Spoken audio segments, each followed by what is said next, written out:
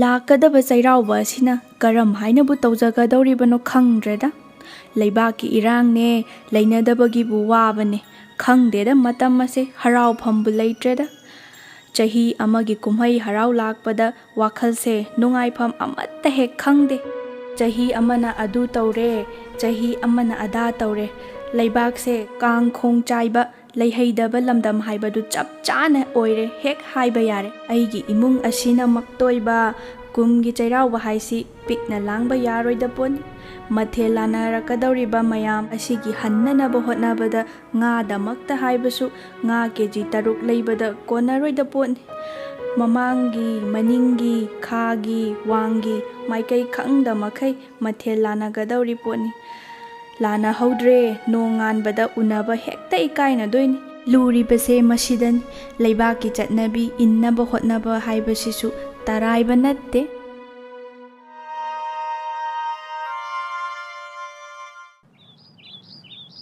ꯅꯨꯡꯁꯥꯁꯤꯁꯨ ꯑꯣꯟꯊꯣꯛꯅꯃꯛꯁꯨ ꯁꯥꯈ꯭ꯔꯦꯗ. ꯉꯥꯏꯍꯥꯛꯇꯪ ꯆꯥ ꯒ꯭ꯂꯥꯁ ꯑꯃꯇꯪ ꯊꯛꯂꯒ ꯄꯣꯊꯥꯈꯤꯒꯦꯁꯦ. ꯅꯨꯡꯁꯥꯗ ꯌꯣꯄꯥꯛ ꯄꯥꯏꯕꯁꯤꯁꯨ ꯋꯥꯏꯅꯦ. 바지한! 바지한! ꯀꯔꯤ ꯇꯧꯔꯝꯂꯤꯕꯅꯣ? ꯍꯥꯏꯃ 이베마 린ꯊꯣꯏ. ꯍꯥꯎ 바지한!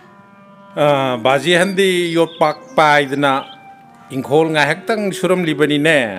ꯅꯨꯡꯁꯥ ꯁꯥꯃꯟꯈ꯭ꯔꯗꯅ ꯆꯥ ꯒ꯭ꯂꯥꯁ ꯑꯃ ꯊꯛꯂꯒ ꯉꯥꯏꯍꯥꯛ ꯄꯣꯊꯥꯒꯦ ꯇꯧꯔꯝꯂꯤꯕꯅꯤꯅꯦ. ꯅꯠꯇꯦ, ꯅꯪꯕꯨ ꯀꯗꯥꯏ ꯆꯠꯂꯨꯔꯤꯕꯅꯣ? ꯍꯣ ꯑꯩꯈꯣꯏꯒꯤꯅꯦ ꯆꯩꯔꯥꯎꯕꯒꯤ ꯑꯦꯟꯁꯥꯡ ꯊꯤꯟꯕ ꯂꯥꯛꯄꯅꯦ. 바지한 ꯈꯣꯏꯒꯤꯗꯤ ꯉꯁꯤ ꯂꯥꯎꯔꯝꯂꯔꯣꯏꯅꯦ. ꯃꯊꯪꯗ ꯂꯥꯎꯒꯦ ꯍꯥꯏꯔꯤꯅꯤꯅꯦ. ꯍꯣꯏ ꯍꯣꯏ, ꯑꯩꯈꯣꯏꯕꯨꯗꯤ ꯉꯁꯤ ꯂꯥꯎꯕꯗ ꯌꯥꯎꯗꯦꯗ. ꯃꯊꯪꯗ ꯌꯥꯎꯒꯗꯣꯏꯅꯦ. ꯅꯈꯣꯏꯒꯤꯕꯨ ꯅꯠꯇꯦ, ꯆꯥꯛ ꯌꯦꯟꯁꯥꯡꯗꯨ ꯉꯟꯅꯃꯛꯇꯤ ꯂꯣꯏꯔꯒ ꯊꯤꯜꯂꯛꯂꯤꯕꯁꯤꯕꯨ ꯅꯠꯇꯦ. ꯀꯅꯥꯅ ꯆꯥꯛ ꯊꯣꯡꯒꯦ ꯍꯥꯏꯃꯤ? 바지한 ꯑꯩꯈꯣꯏꯒꯤꯗꯤꯅꯦ ꯄꯥꯕꯨꯡꯅ ꯉꯟꯇꯥ ꯍꯧꯒꯠꯂꯒ ꯏꯔꯨꯖꯊꯣꯛꯂꯒ ꯂꯩꯁꯥꯗꯣ ꯂꯥꯏꯕꯛꯇ ꯄꯥꯛꯅ ꯅꯝꯁꯤꯜꯂꯒ ꯂꯩꯔꯪ ꯃꯩꯖꯥꯎ ꯊꯥꯒꯠꯂꯒ ꯊꯣꯡꯕꯅꯦ. ꯑꯩꯈꯣꯏ ꯏꯃꯥꯅ ꯁꯦꯝ ꯁꯥꯕ ꯑꯇꯩ ꯑꯇꯩ ꯊꯕꯛꯁꯤꯡ ꯍꯣꯠꯅꯕꯤꯔꯒ ꯉꯟꯇꯥ ꯊꯣꯡꯒꯥꯟ ꯆꯥꯛ ꯊꯥꯕ ꯌꯥꯅꯕ ꯇꯧꯁꯤ ꯍꯥꯏꯗꯅ ꯉꯟꯇꯥ ꯑꯗꯨꯝ ꯍꯣꯠꯅꯔꯕꯅꯦ. ꯐꯔꯦ ꯐꯔꯦ. ꯑꯗꯣ ꯅꯆꯦ ꯑꯃ ꯆꯥꯟꯗꯤꯒꯔꯗ ꯂꯩꯕꯗꯨꯗꯤ ꯊꯣꯛꯂꯛꯄ꯭ꯔꯣ? ꯑꯁ ꯑꯩꯈꯣꯏ ꯆꯦ ꯉꯥꯟꯕꯤꯗꯤ ꯐꯥꯏꯅꯦꯜ ꯏꯌꯔꯅꯦꯅ ꯊꯣꯛꯂꯛꯇ꯭ꯔꯦꯗ ꯍꯟꯗꯛꯇꯤ. ꯍꯣ ꯐꯔꯦ ꯐꯔꯦ. ꯑꯗꯨꯗꯤ ꯆꯪꯉꯨ ꯆꯪꯉꯨ ꯏꯃꯨꯡꯗ. ꯅꯪꯒꯤ ꯅꯃꯥ ꯆꯧꯕꯤꯁꯨ ꯆꯥꯛ ꯊꯣꯡꯂꯤꯕꯅꯤ, ꯆꯪꯉꯨ. ꯍꯣꯏ 바지한!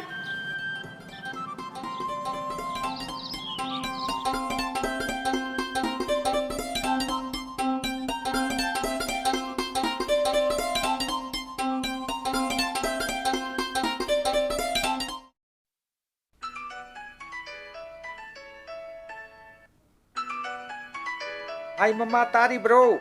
Phone laibado kanagino yengune. ꯍꯣꯏ, ꯇꯥꯔꯦ ꯇꯥꯔꯦ. ꯍꯣꯏ ꯄꯥꯕꯨꯡꯅ ꯑꯗꯨꯝ ꯍꯦꯛ ꯄꯥꯏꯕꯤꯔꯁꯨ ꯌꯥꯕꯗꯨꯕꯨ. O aidi khutse amot akai sengdoglubagi khara motpa adunane. Payu payu kanagino karigino hangu. ꯁꯤꯗꯤ ꯑꯩꯈꯣꯏ ꯏꯕꯦꯝꯃꯅꯤꯅꯦ. ꯍꯟꯗꯛ ꯃꯔꯛꯁꯤ ꯐꯣꯟꯁꯨ ꯀꯌꯥ ꯇꯧꯔꯛꯈꯤꯗ꯭ꯔꯦ ꯈꯜꯂꯤꯉꯩꯁꯤꯗ. Ha, isa nganbigine haiba. ꯍꯣꯏ ꯃꯣꯏ ꯄꯥꯕꯨꯡ. O payu payu kari hainingbano hangu. Nanga wari sanaraba matungda aiga ngahak amuk sanage. ꯍꯣꯏ ꯄꯥꯏꯒꯦ ꯄꯥꯏꯒꯦ. ꯏꯃꯥꯒꯤ ꯏꯕꯦꯝꯃ ꯉꯥꯟꯕꯤ. ꯏꯃꯥ, ꯆꯥꯛ ꯆꯥꯔꯕꯣ? ꯑꯩꯈꯣꯏ ꯂꯤꯟꯊꯣꯏꯗꯤ? ꯍꯣ, ꯆꯥꯛ ꯑꯃꯠꯇ ꯆꯥꯗ꯭ꯔꯤꯌꯦ. ꯊꯣꯡꯕ ꯐꯥꯎ ꯊꯣꯡꯗ꯭ꯔꯤ. ꯅꯅꯥꯎ ꯂꯤꯟꯊꯣꯏꯗꯤ ꯅꯪꯒꯤ 바지한 ꯍꯣꯏꯗ ꯆꯩꯔꯥꯎꯕ ꯌꯥꯎꯔ ꯂꯥꯛꯑꯣ ꯍꯥꯏꯗꯅ ꯅꯃꯥ ꯆꯧꯕꯤꯅ ꯀꯧꯔꯛꯄꯗꯒꯤ ꯆꯩꯔꯥꯎꯕ ꯌꯥꯎꯔꯨꯅꯦ ꯍꯥꯏꯗꯅ ꯃꯥꯗꯤ ꯉꯟꯇꯥꯅ ꯆꯠꯈ꯭ꯔꯦ. ꯄꯥꯕꯨꯡꯗꯤ ꯂꯩꯇ꯭ꯔꯣ? ꯂꯩꯌꯦ ꯂꯩꯌꯦ. ꯅꯪꯒꯤ ꯄꯥꯕꯨꯡꯒꯁꯨ ꯋꯥꯔꯤ ꯁꯥꯟꯅꯧꯁꯦ. ꯅꯪꯒꯤ ꯄꯥꯕꯨꯡꯗ ꯄꯤꯒꯦ. ꯍꯣꯏ ꯁꯥꯟꯅꯒꯦ. ꯑꯗꯣ ꯏꯃꯥ, ꯑꯩ ꯀꯩꯅꯣꯝꯇ ꯍꯥꯟꯅ ꯍꯥꯏꯈꯤꯒꯦ. ꯍꯥꯏꯌꯨ, ꯀꯔꯤ ꯍꯥꯏꯅꯤꯡꯂꯤꯕꯅꯣ ꯏꯆꯥꯕꯣ? ꯏꯃꯥ, ꯑꯩꯅꯦ ꯃꯥꯁꯇꯔꯁꯦ ꯂꯣꯏꯁꯤꯜꯂꯒ ꯌꯨꯝꯗ ꯊꯣꯛꯂꯛꯑꯒꯦ. ꯀꯔꯤꯒꯤꯅꯣ? ꯃꯈꯥꯗꯤ ꯀꯔꯝ ꯇꯧꯒꯦ ꯍꯥꯏꯔꯤꯕ? ꯃꯈꯥ PhD ꯇꯧꯕꯗꯨꯗꯤ ꯑꯩꯈꯣꯏꯒꯤ MUꯗ ꯑꯣꯏꯅ ꯇꯧꯔꯒꯦ. ꯍꯣꯏ, ꯅꯪꯅ ꯑꯗꯨꯝꯅ ꯈꯜꯂꯕꯗꯤ ꯑꯦꯛꯖꯥꯝꯗꯣ ꯀꯟꯅ ꯍꯣꯠꯅꯔꯒ ꯐꯖꯅ ꯊꯥꯔꯝꯃꯣ. ꯃꯥꯁꯇꯔꯗꯨꯗꯪ ꯃꯥꯏ ꯄꯥꯛꯅ ꯂꯣꯏꯁꯤꯜꯂꯒ ꯌꯨꯝꯗ ꯊꯣꯔꯛꯂꯕ ꯃꯇꯨꯡꯗ ꯅꯤꯡꯊꯤꯅ ꯇꯥꯟꯅꯔꯒ ꯇꯧꯁꯤ. ꯍꯣꯏꯁꯦ, ꯅꯪ ꯄꯥꯕꯨꯡꯗ ꯄꯤꯒꯦ. ꯉꯥꯏꯍꯥꯛ ꯋꯥꯔꯤ ꯁꯥꯟꯅꯔꯣꯁꯦ. ꯁꯦ ꯃꯣꯏ ꯄꯥꯕꯨꯡ. Kadai piro. Icha ibe magi konjel takidaba kuire. Wari sanarage piro. Ibe ma, icha thoibi. ꯍꯥꯎ ꯄꯥꯕꯨꯡ. Nate nangbu nasaga ngamudaba yaurabro. Handak maraksi nangi phone amatasu taurakte. ꯀꯔꯝ ꯇꯧꯔꯤꯕꯒꯦ ꯍꯥꯏꯗꯨꯅ ꯅꯃꯥꯒ ꯑꯩꯒꯁꯨ ꯍꯥꯏꯅꯔꯝꯂꯤꯕꯅꯤꯅꯦ ꯑꯩꯈꯣꯏꯅ ꯇꯧꯔꯛꯀꯗꯕꯁꯨ ꯅꯪꯒꯤ ꯂꯥꯏꯔꯤꯛ ꯄꯥꯕ ꯀꯥꯏꯒꯗ꯭ꯔꯥ ꯍꯥꯏꯗꯨꯅ ꯅꯪꯅ ꯇꯧꯔꯛꯄꯗꯃꯛ ꯉꯥꯏꯔꯒ ꯂꯩꯔꯤꯕꯅꯤ ꯑꯣ ꯄꯥꯕꯨꯡ ꯍꯟꯗꯛ ꯃꯔꯛꯁꯦ ꯁꯥꯕ ꯍꯦꯟꯀꯠꯂꯛꯄꯒꯤ ꯏꯁꯥ ꯈꯔꯕꯨꯗꯤ ꯆꯣꯛꯊꯩ ꯑꯗꯨ ꯅꯥꯕ ꯌꯦꯛꯄꯗꯤ ꯌꯥꯎꯗꯦ ꯑꯗꯣ ꯑꯩꯈꯣꯏꯒꯤꯕꯨ ꯆꯩꯔꯥꯎꯈꯤꯕ꯭ꯔꯣ ꯑꯩꯈꯣꯏꯒꯤꯗꯤ ꯅꯍꯥꯟ ꯅꯣꯡꯃ ꯄꯥꯟꯕꯗ ꯂꯥꯎꯈ꯭ꯔꯕꯅꯤ ꯅꯪꯒꯤ ꯕꯥꯖꯤꯍꯟ ꯈꯣꯏꯒꯤꯗꯤ ꯉꯁꯤ ꯂꯥꯎꯔꯤꯕꯅꯤ ꯍꯥꯏꯗꯅ ꯅꯅꯥꯎ ꯂꯤꯟꯊꯣꯏꯁꯨ ꯉꯟꯅ ꯆꯠꯈ꯭ꯔꯕꯅꯤ ꯅꯃꯥ ꯆꯧꯕꯤꯅ ꯀꯧꯔꯛꯄꯗꯒꯤ ꯂꯤꯟꯊꯣꯏꯒꯤ 12 ꯑꯦꯛꯖꯥꯝꯗꯤ ꯀꯔꯝ ꯇꯧꯈ꯭ꯔꯦ ꯄꯥꯕꯨꯡ ꯃꯥꯒꯤꯗꯤ 12 ꯑꯦꯛꯖꯥꯝꯕꯨꯗꯤ ꯂꯣꯏꯈ꯭ꯔꯦ ꯑꯦꯛꯖꯥꯝ ꯂꯣꯏꯈꯤꯕꯗꯒꯤ ꯌꯨꯝꯗ ꯂꯩꯅꯤ ꯈꯪꯄꯣꯠ ꯅꯠꯇꯦ ꯅꯣꯡꯃꯅ ꯑꯃꯗ ꯁꯨꯝ ꯆꯠꯇꯨꯅ ꯂꯩꯔꯕꯅꯤꯅꯦ ꯃꯥꯗꯤ ꯍꯣꯏ ꯑꯗꯨꯗꯤ ꯄꯥꯕꯨꯡ ꯑꯩꯁꯨ ꯑꯦꯛꯖꯥꯝ ꯂꯣꯏꯕꯒ ꯌꯨꯝꯗ ꯊꯣꯔꯛꯂꯒꯦ ꯈꯜꯂꯤꯌꯦ ꯃꯈꯥ ꯑꯦꯝꯌꯨꯗ ꯑꯣꯏꯅ ꯇꯧꯔꯒꯦ ꯈꯜꯂꯦ ꯍꯣꯏ ꯀꯟꯅ ꯍꯣꯠꯅꯧ ꯏꯆꯥꯁꯤꯗꯤ ꯅꯥꯒꯅꯨ ꯂꯥꯏꯔꯤꯛꯇ ꯄꯨꯛꯅꯤꯡ ꯆꯪꯉꯨ ꯄꯨꯝꯅꯃꯛ ꯅꯃꯥꯒ ꯇꯥꯟꯅꯔꯒ ꯇꯧꯁꯤ ꯍꯣꯏ ꯉꯁꯤꯒꯤꯗꯤ ꯊꯝꯃꯣ ꯀꯣꯟꯅ ꯑꯃꯨꯛ ꯇꯧꯔꯛꯂꯒꯦ ꯍꯣꯏ ꯄꯥꯕꯨꯡ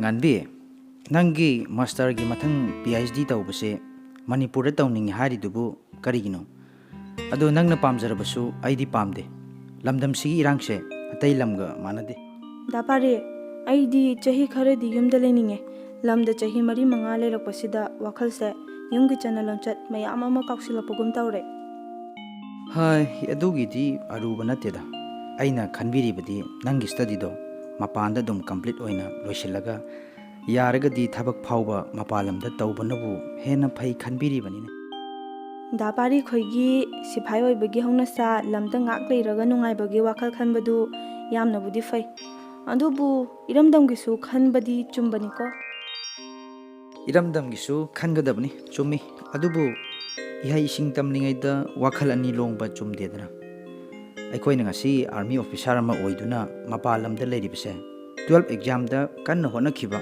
ꯑꯗꯨꯒ NDAꯒꯤ ꯑꯦꯛꯖꯥꯝꯗ ꯃꯥꯏ ꯄꯥꯛꯂꯛꯂꯒ ꯃꯍꯥꯔꯥꯁꯇ꯭ꯔꯒꯤ ꯈꯥꯔꯛ ꯚꯥꯁꯂꯥꯗ ꯂꯩꯕ NDAꯗꯒꯤ ꯇ꯭ꯔꯦꯅꯤꯡ ꯂꯣꯏꯔꯒ ꯀꯃꯤꯁꯟꯗ ꯗꯥꯏꯔꯦꯛ ꯀꯦꯞꯇꯦꯟꯗꯒꯤ ꯃꯊꯪ ꯀꯥꯔꯛꯂꯒ ꯍꯧꯖꯤꯛ ꯀꯣꯂꯣꯅꯤꯌꯦꯜ ꯑꯣꯏꯗꯨꯅ ꯂꯩꯔꯤꯕꯁꯦ ꯏꯔꯝꯗꯝꯒꯤ ꯈꯜꯂꯤꯕꯅꯤ ꯍꯥꯏꯗꯨꯅ ꯁꯤꯋꯥꯏꯗ ꯁꯨꯝ ꯂꯩꯔꯝꯂꯒꯕꯨ ꯌꯥꯒꯗ꯭ꯔꯣ ꯅꯁꯥ ꯃꯇꯤꯛ ꯆꯥꯅꯕꯗꯨꯗꯪ ꯍꯥꯟꯅ ꯈꯜꯂꯨ ꯍꯣꯏꯑꯕ ꯑꯩꯁꯨ ꯈꯜꯂꯒ ꯌꯥꯒꯗꯕ ꯑꯃ ꯇꯧꯔꯒꯦ ꯑꯗꯣ ꯗꯥꯄꯥꯔꯤ ꯑꯩ ꯀꯩꯅꯣꯝꯇ ꯍꯪꯒꯦ ꯀꯔꯤꯅꯣ ꯍꯪꯉꯨ ꯍꯟꯗꯛ ꯆꯩꯔꯥꯎꯕꯗꯨꯁꯨ ꯅꯣꯡꯃꯇꯗ ꯄꯨꯟꯅ ꯂꯥꯎꯈꯤꯗ ꯃꯥꯜꯂꯦ ꯅꯣꯡꯃꯩꯒꯤꯗꯤ ꯄꯨꯟꯅ ꯂꯥꯎꯁꯦ ꯅꯣꯡꯃ ꯄꯥꯟꯕꯗ ꯑꯣꯏꯅ ꯗꯥꯄꯥꯔꯤꯅ ꯕꯥꯖꯤꯍꯟꯒ ꯃꯥꯆꯧꯕꯤꯒꯗ ꯅꯤꯡꯊꯤꯅ ꯀꯤꯠ ꯍꯥꯏꯕꯤꯔꯣꯕ ꯅꯣꯡꯃꯇꯗ ꯄꯨꯟꯅ ꯂꯥꯎꯔꯕꯗꯤ ꯏꯟꯁꯥꯡ ꯃꯊꯦꯜ ꯂꯥꯟꯅꯕꯗꯣ ꯌꯥꯔꯦꯗꯅ ꯑꯗꯨꯒꯤꯗꯤ ꯌꯥꯅꯤꯗ ꯑꯩꯅ ꯑꯗꯨꯝ ꯍꯥꯏꯔꯒ ꯑꯗꯨꯝ ꯌꯥꯖꯅꯤꯗ ꯍꯣꯏꯑꯕ ꯄꯨꯄꯨꯒ ꯕꯣꯕꯣꯛꯀꯅ ꯄꯥꯕꯨꯡꯒ ꯕꯥꯖꯤꯍꯟꯒ ꯃꯈꯣꯏ ꯑꯅꯤꯈꯛꯇ ꯄꯣꯛꯄꯤꯔꯝꯂꯒ ꯃꯤꯅ ꯌꯦꯡꯕꯗ ꯅꯨꯡꯉꯥꯏꯔꯣꯏꯗꯕ ꯃꯑꯣꯡ ꯑꯃꯗ ꯇꯧꯅꯕꯁꯦ ꯑꯩꯗꯤ ꯄꯥꯝꯕ ꯋꯥꯠꯂꯦ ꯍꯣꯏꯅꯦ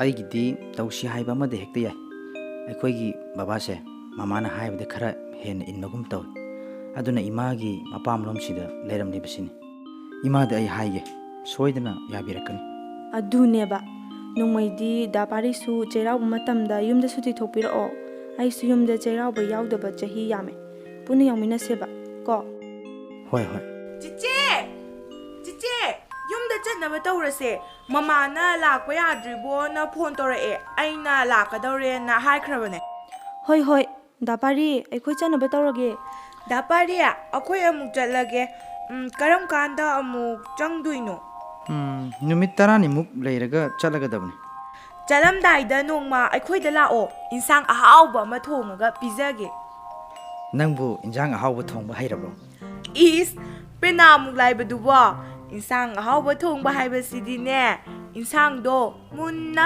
ꯆꯪꯈꯣꯟꯅ ꯊꯣꯡꯂꯅꯤꯗꯅ ꯑꯗꯨꯒ ꯊꯨꯝꯗꯣ ꯍꯦꯛ ꯊꯥꯛꯂꯨꯔꯅꯨ ꯑꯗꯨꯝ ꯍꯥꯎꯔꯗꯕꯅꯤ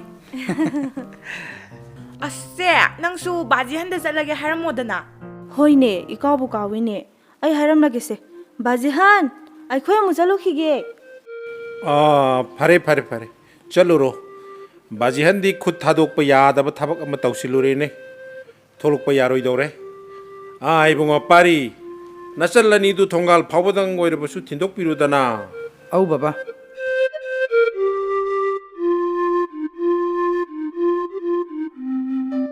이베마, ꯉꯥꯟꯕꯤ Nangi pabungdi airport ta nang thinba chatpa yawnabagi loisillaga ngaiduna leiba kuire.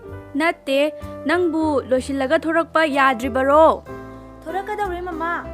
Reporting time do yaudringayda thungnanaba chatpa chungani isa ibema chatkadawriba lambi asinaga marol ama fattabada hainingai leitaba makai fatrabani gari kanna thauba yaba lambi matek ama phauba yaudravani lao khongsananaba tawrasi imungi laningdo lairembi changkho na khurumjaramu namada khurumba manam namhanbasu kaudana tawra chalasi nangi trolley dubu gari da hapkhrabro Ngasai na hapkhrabane pabung. Ima nacha mu chalukhige nacha khoirumjari. Imagi bema nako phauba chiktaba oyuko nangi pabungdasu horen security checking changlamdaida khurumlamba kauganuko. Hoi kauzaruye ma. Chiche! Chiche! Chattorabo? Chechegi thoi. Cheche mu chalukhige. Karigino shooting ana tharaglibasina. College nedana class tawde sum wathi ngangdana amaga onsinaduna time pass tawuna leibaduda hainarakdana adum halabani. Phare imungda chango dress hongtokluro. Cheche salage. Pabungdi bhan kakhatuna famkhrabani. Ado che handakti ai furit phajaba ama leirakpa kaungnuko. Nungaina chatlo. Aduga horen Chandigarh yaubaga phone tawrauko. Hoi tarake. Adudi cheche chalukhige ko. Hoi cheche, happy journey. Thank you. tungo prem gari do tapna thau lambi mata sida gari sokani ado isa ibema pabungna lambi wa oina hainingba wa ama lei haige se taw Hoi pabung. namaga aigasu wa khanaba yaba khanare nangi PhD tamthaba haibado mapanda adumak loisilakpada phagani hainare Manipur se irang khara nemba koba leite miyamgi asoibara lengaki asoibara khangdre tha ama phauba ingba koba leite adunani hairibase Hoi pabung. Ai su khalamlibane. Delhi University da oina tawrasira khalamlibane. Ado pabung. Chandigarh yauraga paw adum phaunarasida. hoi pabung khoina hairibase su nangi tungi khallaga haibani hayeng university amagi professor oina matik chabi oja ama oiba ngamlakpa haibaduni pabungna ninglibase Hoi pabung. Nachaka no honajage. Ado airport su yaurabanina ai changkhrage. Boarding pass lauraga manungda ingna leurage. Mapan se yamna sai. ha phare ipagi ibema nungai na chalo sorgi thaujan-dagi ana ek yaudaba oisanu Hoi pabung. Nacha khurumjari. yare mongol oyuko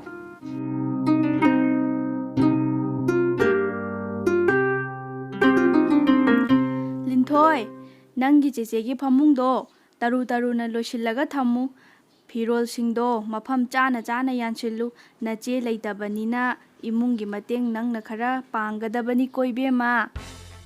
As khoi masi mane ngang sari sengo. Nahan makai imungi thaba ingkhang fisu fisam adum pangli dudi. Chiche ne yumda leirasu ibani adum tawminaridana.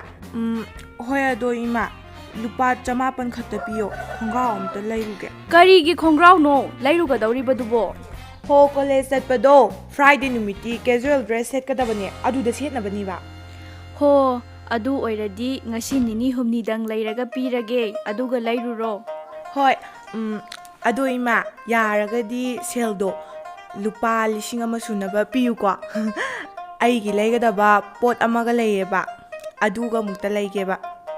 Ho pini maram tamu haibata ilu ijana leiningbado adum leihangani imana haigadabadi lairik kanna pazau nangi pabungse lairik thawai yaudaba angangdi sathina tawbani khanguko.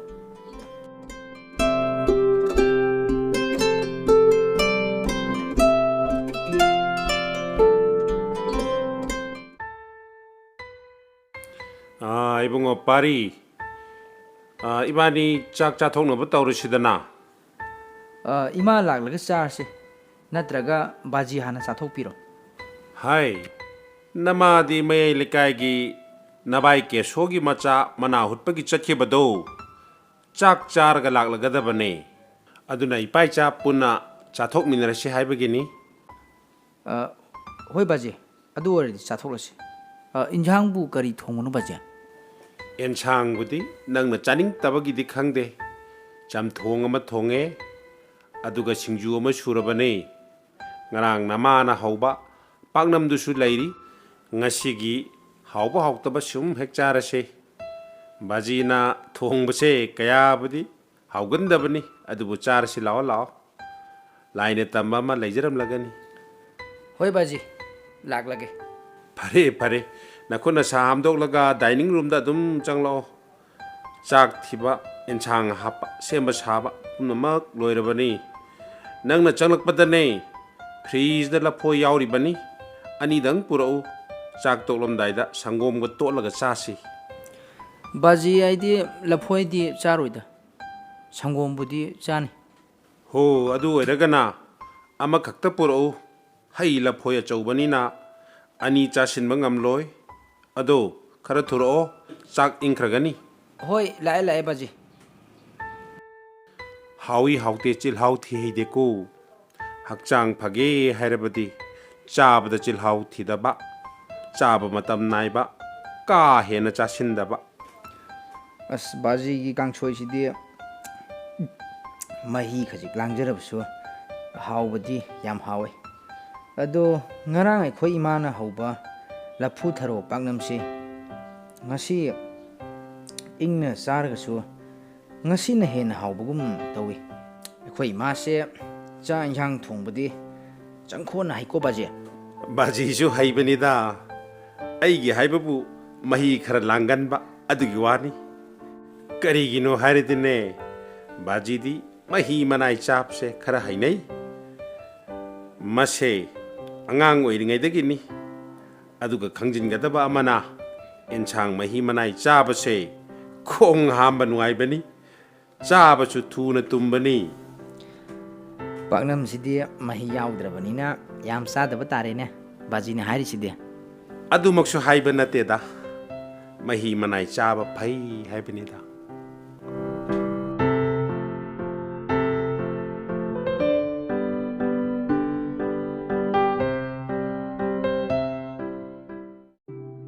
이베마, 린토이, 이마와 하이게 따리브라.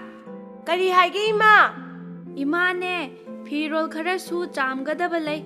ꯅꯪ ꯄꯥꯕꯨꯡꯒꯤ ꯄꯣꯝꯌꯥꯠ ꯐꯩꯖꯣꯝ ꯏꯅꯐꯤ ꯑꯉꯧꯕ ꯂꯩꯔꯤꯁꯤꯡꯁꯦ ꯂꯣꯏꯅ ꯁꯨꯕ ꯌꯥꯎꯒꯗꯕꯅꯤ ꯐꯤ ꯌꯥꯝꯃꯤ ꯁꯨꯒꯗꯧꯔꯤꯕꯁꯤ ꯅꯪꯅꯦ ꯆꯥꯛꯇꯣ ꯈꯔ ꯊꯣꯡꯉꯨ ꯏꯟꯁꯥꯡ ꯈꯥꯃꯦꯟ ꯑꯁꯤꯟꯕ ꯂꯩꯕꯅꯤ ꯉꯥ ꯑꯀꯪꯕꯗꯣ ꯊꯥꯛꯂꯒ ꯍꯦꯛ ꯊꯣꯡꯖꯤꯜꯂꯨ ꯍꯣ ꯐꯤꯗꯣ ꯑꯩ ꯁꯨꯔꯒꯦ ꯆꯥꯛꯇꯤ ꯏꯃꯥꯅ ꯊꯣꯡꯕꯤꯔꯣ ꯐꯤ ꯑꯉꯧꯕꯁꯤꯡꯁꯨ ꯌꯥꯎꯏ ꯁꯤꯗꯤ ꯅꯪꯅ ꯁꯨꯕ ꯈꯤꯠ ꯄꯥꯟꯂꯣꯏꯌꯦ ꯅꯤꯝ ꯂꯥꯛꯇꯕ ꯌꯥꯔꯣꯏ ꯐꯩꯖꯣꯝꯁꯨ ꯏꯅꯐꯤꯁꯨ ꯆꯅꯥꯡ ꯂꯥꯛꯇꯕ ꯌꯥꯔꯣꯏ ꯃꯌꯥꯝꯁꯦ ꯅꯪꯅ ꯍꯩꯐꯥꯠꯂꯔꯣꯏ ꯅꯪꯒꯤ ꯄꯥꯕꯨꯡꯅ ꯃꯔꯣꯜ ꯑꯃ ꯐꯤꯁꯦ ꯈꯖꯤꯛꯇꯪ ꯁꯨꯕ ꯀꯥꯝꯕꯗ ꯑꯃꯣꯠꯄ ꯆꯨꯕꯒꯥꯛꯇꯣ ꯍꯦꯛ ꯀꯣꯛꯇꯕꯗ ꯏꯁꯧꯒ ꯀꯣꯟꯅꯔꯒ ꯉꯥꯡꯂꯛꯀꯗꯕ ꯃꯌꯥꯝꯗꯣ ꯀꯔꯝ ꯍꯥꯏꯅ ꯁꯨꯔꯤꯕ ꯐꯤꯅꯣ ꯑꯃꯣꯠꯄ ꯇꯠ ꯆꯨꯕꯁꯤ ꯐꯥꯎꯕ ꯀꯣꯛꯅꯕ ꯁꯨꯗꯦ ꯐꯤ ꯁꯨꯕ ꯍꯩꯇꯦ ꯄꯥꯜꯂꯤ ꯄꯥꯟꯗꯦ ꯍꯥꯏꯗꯅ ꯃꯆꯤꯟꯗꯣ ꯇꯨꯝꯊꯣꯛꯂꯗꯅ ꯂꯣꯏꯁꯤꯟꯅꯤ ꯈꯪꯗ ꯃꯈꯩ ꯃꯤ ꯑꯣꯏꯗꯅ ꯉꯥꯡꯂꯛꯀꯗꯕꯅꯤ ꯍꯣ ꯑꯗꯨ ꯑꯣꯏꯔꯒ ꯑꯩ ꯉꯥꯏꯍꯥꯛ ꯂꯩꯔꯒ ꯊꯣꯡꯂꯨꯔꯒꯦ ꯑꯗꯣ ꯏꯃꯥ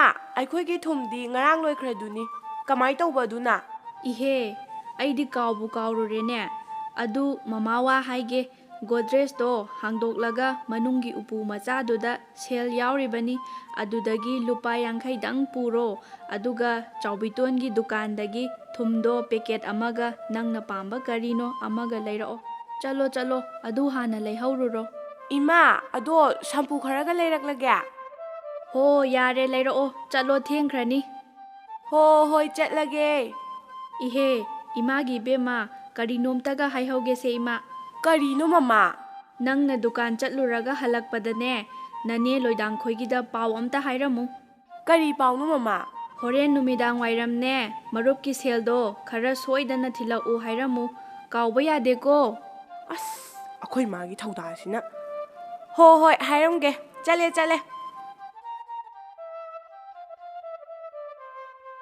ꯍꯥꯏ ꯃꯃꯥ ꯑꯁꯪꯕꯤ ꯀꯗꯥꯏ ꯂꯩꯒꯦ ꯇꯥꯔꯤꯕ꯭ꯔꯥ ꯅꯪꯕꯣ ꯍꯣ ꯇꯥꯔꯦ ꯇꯥꯔꯦ ꯏꯪꯈꯣꯜꯁꯦ ꯄꯣꯠ ꯊꯥꯐꯝꯒ ꯑꯃꯠꯇ ꯂꯩꯇ꯭ꯔꯦ ꯇꯣꯛꯅꯤꯡꯈꯣꯛꯅ ꯑꯁꯨꯝ ꯁꯟꯗꯣꯛꯂꯛꯇꯅ ꯏꯪꯈꯣꯜ ꯃꯇꯦꯛꯁꯦ ꯇꯧꯊꯣꯛꯂꯒ ꯅꯣꯡ ꯐꯥꯗꯣꯛ ꯍꯦꯛꯂꯒ ꯆꯥꯕ ꯌꯥꯕ ꯀꯔꯤ ꯀꯔꯤꯅꯣ ꯃꯔꯨ ꯃꯔꯥꯡ ꯈꯔ ꯊꯥꯖꯤꯟꯁꯤꯔꯥ ꯍꯥꯏꯗꯅ ꯍꯣꯠꯅꯖꯔꯝꯂꯤꯕꯅꯦ ꯅꯪꯒꯤꯗꯨꯅ ꯀꯣꯟꯅ ꯍꯣꯠꯅꯍꯧꯔꯕꯁꯨ ꯌꯥꯏ ꯉꯥꯏꯍꯥꯛꯇ ꯂꯥꯛꯈꯣ ꯂꯥꯎ ꯅꯠꯇꯦ ꯑꯩꯁꯦ ꯏꯅꯦ ꯅꯨꯡꯁꯤꯇꯣꯝꯕꯤ ꯂꯩꯈꯤꯗꯕꯒꯤ ꯂꯥꯟꯅ ꯊꯧꯔꯝ ꯑꯌꯨꯛꯇ ꯂꯣꯏꯁꯤꯟꯒꯅꯤ ꯍꯥꯏꯔꯤ ꯃꯇꯝꯁꯦ ꯌꯧꯈ꯭ꯔꯦ ꯄꯣꯌꯦꯡꯅ ꯀꯌꯥ ꯌꯦꯡꯉꯨꯒꯗꯕꯅꯣ ꯃꯌꯥꯏꯁꯨ ꯁꯦꯟ ꯊꯥꯕ ꯆꯪꯗꯕ ꯅꯨꯡꯉꯥꯏꯔꯣꯏꯗꯧꯔꯤꯅꯦ ꯆꯪꯉꯨ ꯏꯃꯨꯡꯗ ꯁꯦꯜ ꯑꯗꯣ ꯀꯌꯥ ꯄꯨ ꯍꯥꯏꯔꯤꯕꯅꯣ ꯈꯔ ꯄꯨꯊꯣꯔꯛꯎ ꯇꯔꯥ ꯆꯠꯄꯤ ꯑꯆꯣꯏꯕꯗꯣ ꯀꯌꯥꯅꯣ ꯈꯔ ꯌꯥꯎꯍꯜꯂꯛꯎ ꯍꯣꯏ ꯑꯩ ꯌꯦꯡꯖꯔꯛꯂꯒꯦ ꯑꯩꯒꯤ ꯐꯩꯖꯣꯝꯁꯤꯅ ꯁꯦꯠꯄ ꯍꯩꯇꯕꯅꯔ ꯀꯔꯤꯅꯣ ꯑꯃꯨꯛꯇ ꯐꯖꯕ ꯉꯝꯗꯕ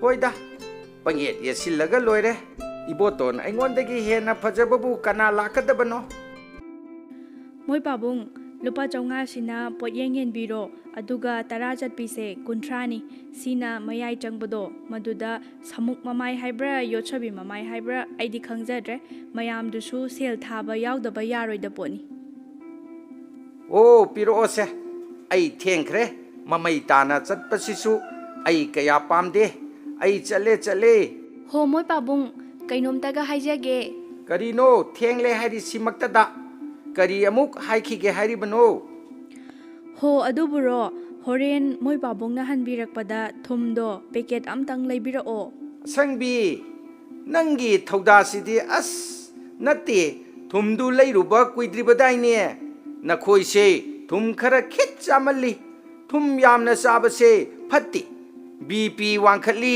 ꯍꯥꯏꯕꯁꯦ ꯑꯃꯠꯇ ꯂꯧꯗꯦ ꯍꯣꯏ ꯐꯔꯦꯁꯦ ꯍꯣꯔꯦꯟ ꯍꯜꯂꯛꯄꯗ ꯂꯩꯔꯛꯂꯒꯦ ꯃꯁꯤꯒꯤ ꯅꯨꯄꯤꯁꯤꯃꯅꯦ ꯊꯧꯗꯥꯗ ꯅꯥꯎꯁꯣꯟꯅꯕꯤ ꯍꯥꯏꯕꯗꯣ ꯍꯦꯛ ꯑꯣꯏꯍꯦ ꯑꯣ ꯆꯠꯂꯦ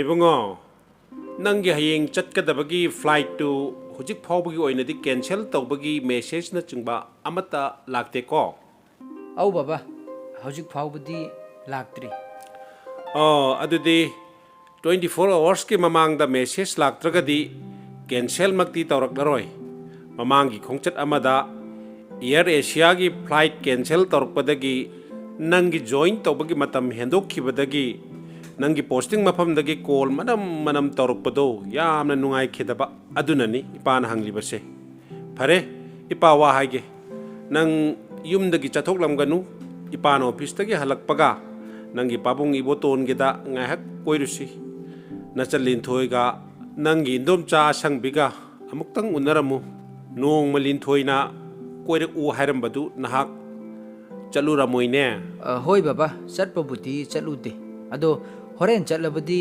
ꯑꯝꯍꯥ ꯑꯗꯨꯝ ꯇꯥꯔꯦꯗ ꯐꯔꯦ ꯏꯄꯥ ꯆꯠꯂꯦ ꯀꯨꯏꯔꯛꯀꯗꯕ ꯅꯠꯇꯦ ꯗꯤꯄꯥꯔꯠꯃꯦꯟꯒꯤ ꯗꯥꯏꯔꯦꯛꯇꯔ ꯂꯥꯛꯄꯒꯤ ꯃꯤꯇꯤꯡ ꯃꯆꯥ ꯑꯃ ꯂꯩꯕꯒꯤꯅꯤ ꯑꯗꯨ ꯍꯦꯛ ꯂꯣꯏꯕꯒ ꯍꯜꯂꯛꯂꯒꯗꯕꯅꯤ ꯕꯕꯥ ꯆꯠꯂꯦ ꯑꯧ ꯕꯕꯥ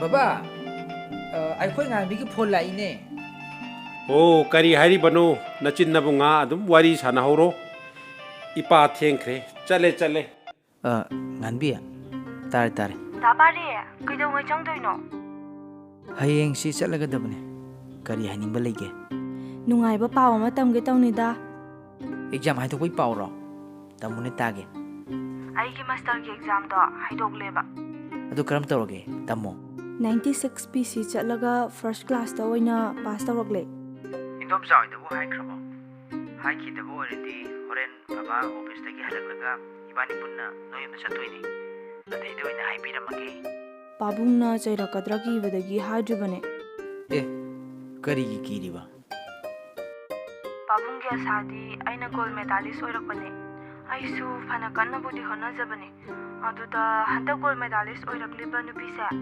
ꯇꯣꯞꯄꯔ ꯑꯗꯨꯝ ꯑꯣꯏꯔꯒ ꯂꯥꯛꯄꯩ ꯄꯟꯖꯥꯕꯇꯒꯤ ꯌꯥꯝꯅ ꯂꯤꯡꯕ ꯏꯃꯨꯡ ꯑꯃꯒꯤ ꯃꯆꯥꯅꯦ ꯃꯄꯥꯅ IAS ꯑꯣꯐꯤꯁꯔꯅꯤ ꯃꯃꯥꯁꯨ ꯗꯥꯛꯇꯔꯅꯤ ꯍꯥꯏ ꯐꯔꯦꯅꯦ ꯑꯗꯨꯗꯤ ꯃꯈꯥ ꯇꯝꯊꯕꯒꯤ ꯔꯦꯗꯤ ꯇꯧꯔꯣ ꯆꯍꯤ ꯃꯥꯡꯈꯤꯗꯅꯕ ꯍꯣꯠꯅꯧ ꯑꯗꯣ ꯑꯩ ꯊꯝꯂꯒꯦ ꯑꯩꯁꯨ ꯍꯌꯦꯡ ꯆꯠꯀꯗꯕꯅꯦ ꯄꯣꯠ ꯆꯩꯁꯤꯡ ꯈꯔ ꯂꯩꯁꯤꯟꯒꯗꯕꯁꯨ ꯋꯥꯠꯂꯤ ꯁꯤ ꯑꯃꯨꯛꯇ ꯂꯣꯏꯁꯤꯟꯅꯕ ꯍꯣꯠꯅꯈꯤꯒꯦ Horen ay pause tamlamnage. Harau mankidana. Congratulations piba kaukre. Congratulations. Thank you, Dapari. Lengshin biriba aigi nungsijarba staff pumnamakpu ahanba maktada taramna okchabaga loinena ikai khumnaba uchari. Aikhoigi irakta aikhoigi horticulture department asigi director ikai khumnajariba thoidokna mingoina panjarabada Dr. Ningthaujam Suranjoy Singa Lengchen biduna laibire aikhoigi ngasigi meeting asida atopa wangang loi amata su thamjade maramaduna aihangna staff singi mahut chinjare hairaga ikai khumnajariba director sahib ki mafamda hangatchari madudi director sahib na meeting asiga mari lainana wahi manga taradang thambina bagidamak mayambu ahanba maktada khurumjari thoidongna kaisu hainingai leijade department asigi director ama oina aihangna nungsijaraba office asigi staff singda haijaninglibadi ekhoigi horticulture department asi manipurda lairiba atei atei department singa yengnaruragadi ekhoigi department asina khwaidagi hena thabak phajana tawbani maramaduna aina makhatana haijaningbadi aikhoi thamoi sengna thabak tawsi handak lakadaba chahi kharasidi khoi pineapple gi pothoksi kharaga hena puthokduna mapanda export tawbagi changsu hengatnaba honaminasi wai kharasi haijaraga mayamdagi bidai lawjari mayambu thagachari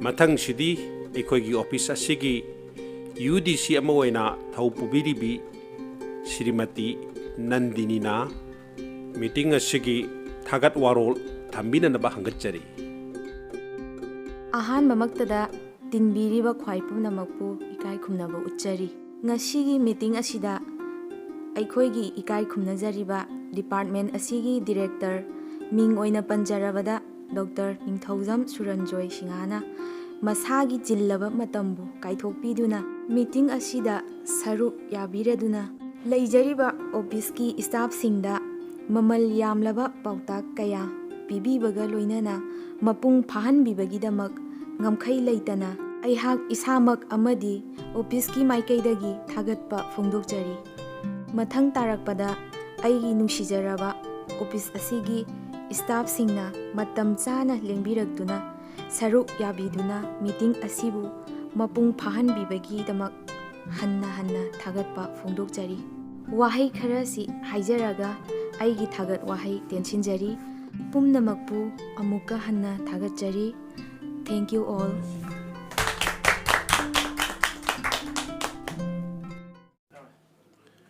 aikhoigi meeting asi matang swaida ngasigidi loisinjare mayam pumnamak aikhoigi director sahibna mayam gi asil arangi kharas oina lupa lising manga amasu sinabire masigidamak director sahib pu thagat pa phongdokpo oina mayam punna auba khuba matang khuminasi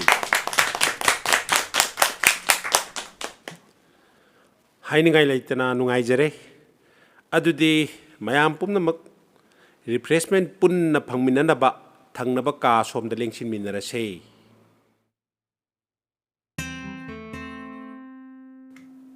Linthoi, kari taurige, larik pari bro. Oh, Dapariya lairo hayeng chalani haidaine pung kyagi flight no ayuk to oina la uyadro aikhoida chak chanaba Ayuk laktrazu hojik laisidi.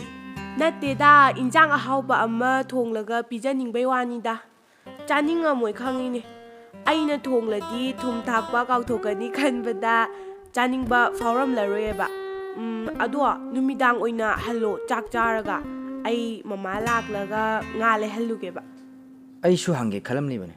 Indom sa hoibu kadom da sat kibano. Pabung su leiba udene. Chalam daida amutang unaram ge khanduna lakpane. lake hairdi phone hanna tawraglaga lakpa yadro ima budi halani pabung di numitaraga halaklagani ꯐꯥꯔꯝꯒꯤ ꯄꯟ ꯑꯀꯣꯏꯕꯗꯣ ꯎ ꯃꯣꯔꯣꯛꯅꯦ, ꯈꯥꯃꯦꯟꯅꯦ, ꯕꯦꯂꯦꯟꯗ꯭ꯔꯤꯅꯦ, ꯀꯔꯤ ꯀꯔꯤꯅꯣ ꯍꯋꯥꯏ ꯃꯔꯨ ꯃꯔꯥꯡ ꯄꯪꯊꯥ ꯊꯥꯔꯤ. ꯑꯗꯨꯗ ꯎ ꯃꯣꯔꯣꯛꯁꯤꯡꯗꯣ ꯏꯁꯤꯡ ꯆꯥꯏꯗ꯭ꯔꯗꯤ ꯀꯪꯁꯤꯟꯈꯤꯗꯧꯔꯦ ꯍꯥꯏꯗꯨꯅ ꯏꯁꯤꯡ ꯆꯥꯏꯔꯨꯅꯦꯁꯨ ꯍꯥꯏꯔꯝꯕꯅꯦ. ꯑꯗꯨꯗꯤ ꯂꯤꯟꯊꯣꯏ, ꯑꯩꯅꯦ ꯄꯥꯎ ꯑꯃꯇꯪ ꯇꯝꯂꯝꯒꯦ ꯇꯧꯕꯅꯦ. ꯀꯔꯤ ꯄꯥꯎꯅꯣ? ꯅꯨꯡꯉꯥꯏꯕ ꯄꯥꯎ ꯑꯣꯏꯔꯗꯤ ꯇꯝꯃꯨ, ꯅꯨꯡꯉꯥꯏꯇꯕ ꯄꯥꯎ ꯑꯣꯏꯔꯗꯤ ꯇꯝꯂꯝꯒꯅꯨ. ꯅꯨꯡꯉꯥꯏꯇꯕ ꯄꯥꯎ ꯇꯥꯕꯁꯦ ꯑꯩꯗꯤꯅꯦ ꯈꯣꯏꯗꯧ ꯌꯥꯝꯅ ꯁꯥꯎꯒꯠꯀꯜꯂꯦ. ꯑꯗꯣ ꯀꯔꯤ ꯄꯥꯎꯅꯣ ꯇꯝꯃꯨ?